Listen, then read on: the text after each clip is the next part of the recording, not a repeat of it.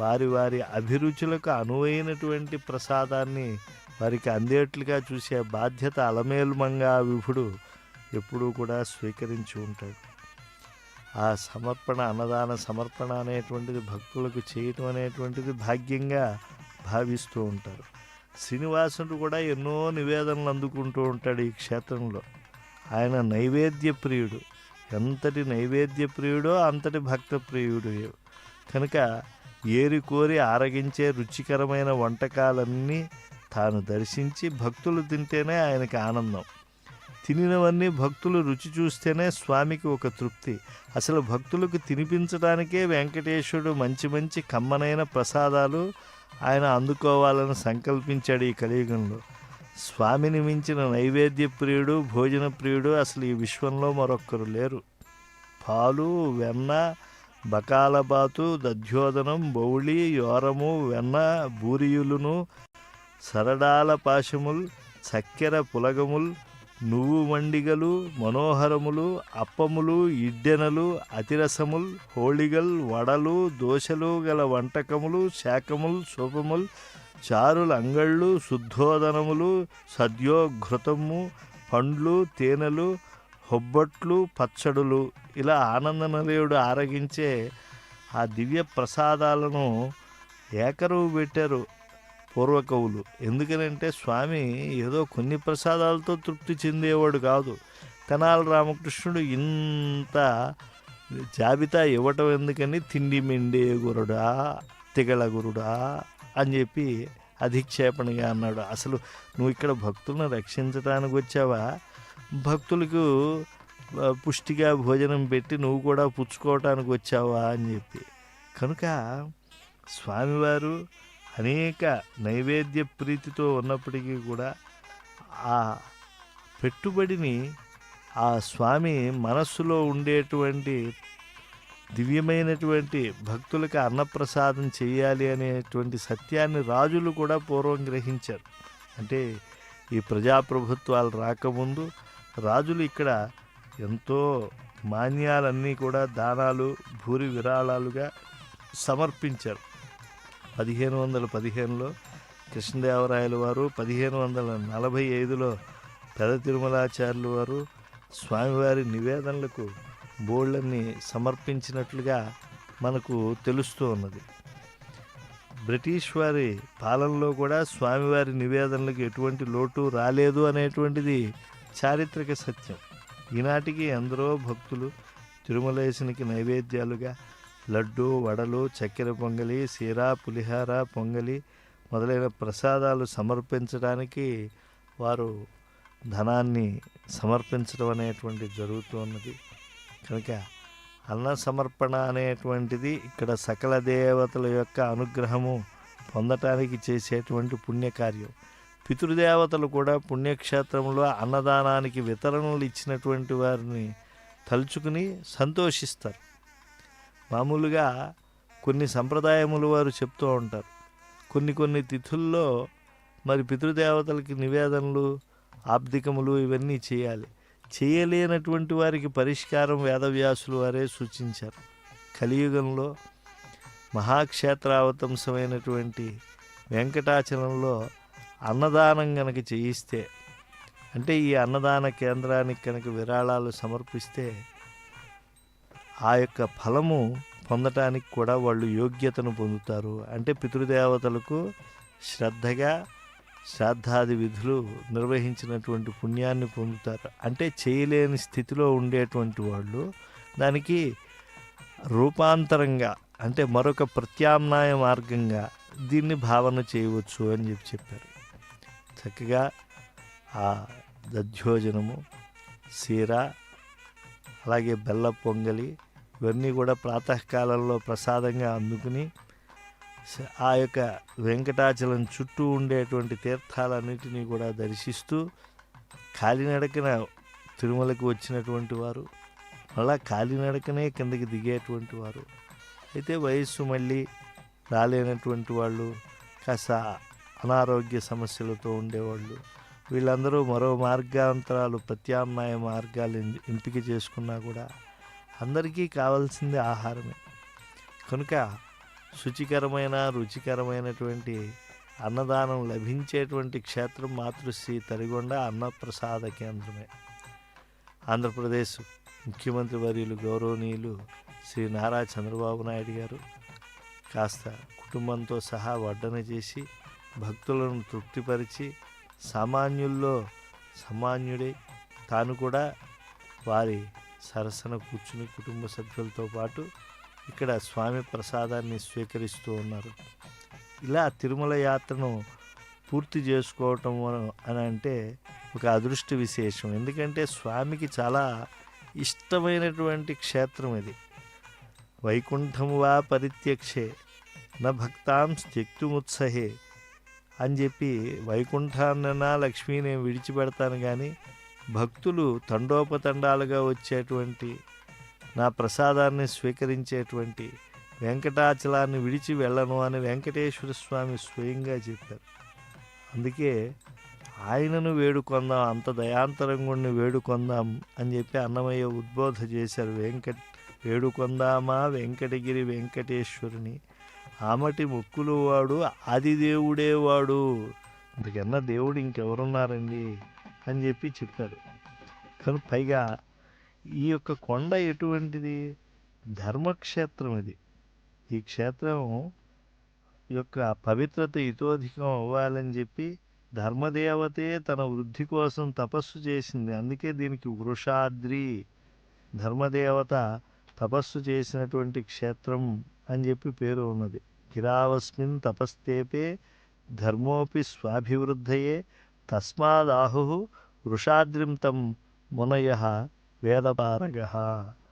అంటే వరాహ పురాణం చెప్పేటువంటి సత్యం ఏంటంటే, అయ్యా మీకు ధర్మ చింతనలో ధర్మ ఆచరణలో మీకు ఇతోధికమైనటువంటి ప్రత్యయం కలగాలి అని అంటే, సంకల్పం కలగాలి అని అంటే ఈ క్షేత్రానికి విచ్చేసి ఇక్కడ కైంకర్యం ఆచరించండి.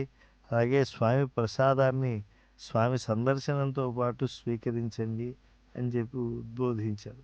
పైగా ఈ అచలం ఎంత గొప్పది. ఆనీతం వైనతేయేన గరుడేన మహాత్మన, సాక్షాత్తు గరుడాళ్వార్లు తీసుకువచ్చినటువంటి కొండ ఇది. అప్రాకృతం అమేయంచ సర్వరత్నమయం గిరిం హిరణ్మయం మహాశృంగం పంచోపనిషదాత్మకం శాంతకుంభ స్వరూపత్వాత్ కనకాద్రించతం విదుహు. అప్రాకృతమైనటువంటి క్రీడాపర్వతం సాటిలేనిది, సర్వరత్న శోభితమైనది, బంగారు శిఖరాలతో పంచోపనిషత్ స్వరూపమైనటువంటి దీన్ని దర్శించే దేవతాదులు కనకాద్రిగా కూడా దీన్ని కీర్తిస్తారు. 3 యోజనాల విస్తారం, 30 యోజనాల పొడవు కలిగి శేషాకృతితో ఈ వెంకటాచలం శోభిల్లుతూ ఉంటుంది. యోజనత్రయ విస్తారం 30 యోజనమాయతం శేషాకారం హరే శేషం శేషికాం సర్వదేహినాం. బ్రహ్మాండ పురాణం చెప్తోంది, శేషుడు తపస్సు చేసి శ్రీహరి నివాసం ఉండేటువంటి కొండపై ఉండి ఆయన ఇక్కడ అన్నోదకాలు భక్తులకు లోటు లేకుండా పర్యవేక్షిస్తూ ఉంటాడట. అందుకే ఆయనకి దాసులలో మేటిగా ఆయనకి పేరున్నది.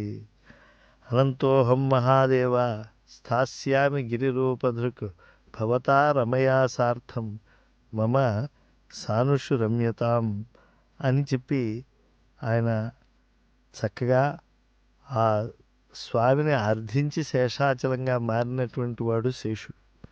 ఈ కొండకొన్న మరో పేరు సుమేరు శిఖరాచలం, అంటే బంగారు కాంతితో ప్రకాశిస్తూ ఉంటుంది. సత్వగుణ సంపన్నులకు ఇక్కడ ఆనందం లభిస్తూ ఉంటుంది. మేరుపుత్రం మహాపుణ్యం వెంకటాచల సంజ్ఞకం. మేరుపర్వత పుత్రుడైన ఈ గిరికి వెంకటాచలం అనేటువంటి పేరు కూడా ఉంది.